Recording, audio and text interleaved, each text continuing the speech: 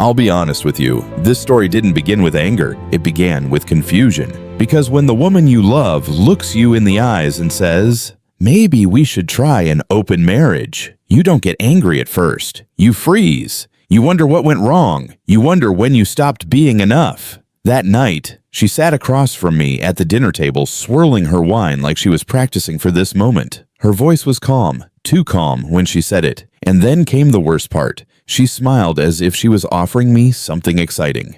"People do it all the time," she added. "It keeps things fresh." Fresh.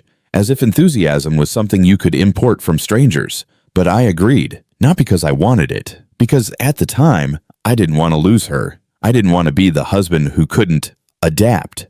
I didn't want her to think I was insecure. So I nodded, pretending like I understood, even though the words tasted like metal in my mouth. And she made one thing very clear.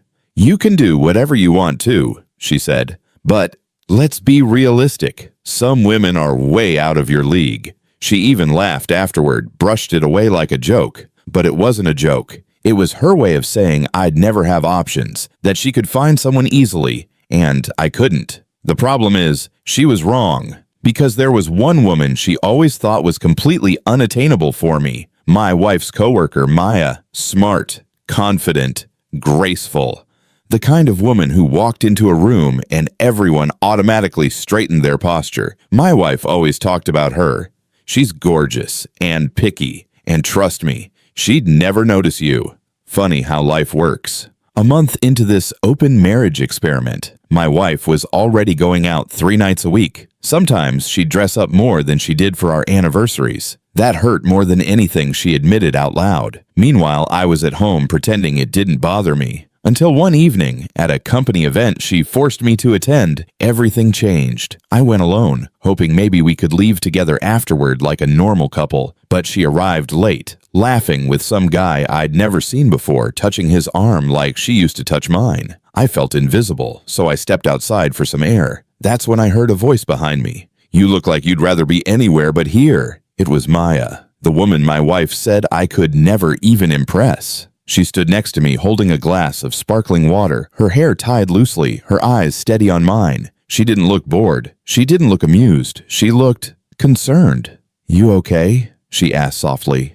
I don't know why, but those 2 words broke me open. I told her everything, not the details, but enough for her to understand. She didn't laugh. She didn't judge. She nodded slowly. "That's cruel," she said, "to drag you into something you didn't want." I had spent weeks feeling small, unwanted, like a backup plan. And now Maya, someone who didn't owe me anything, was standing here making me feel seen. We ended up talking for an hour.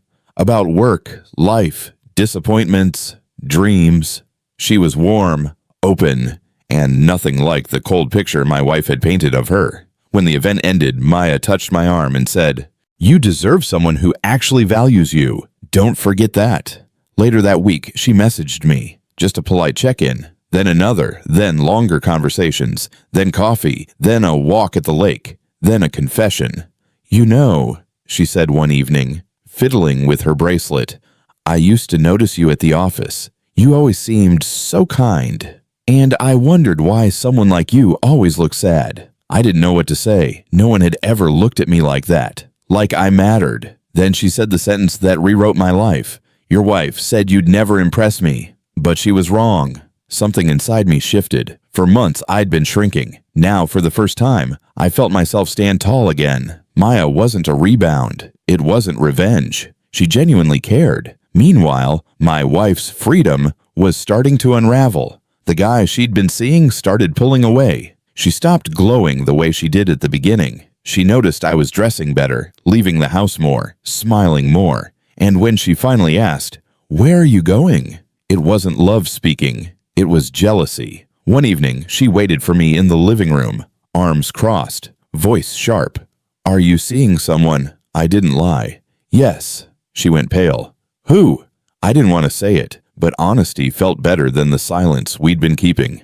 "Maya." Her mouth fell open. "Maya, her," she screamed. "She is way out of your league." I didn't flinch. "Not for me."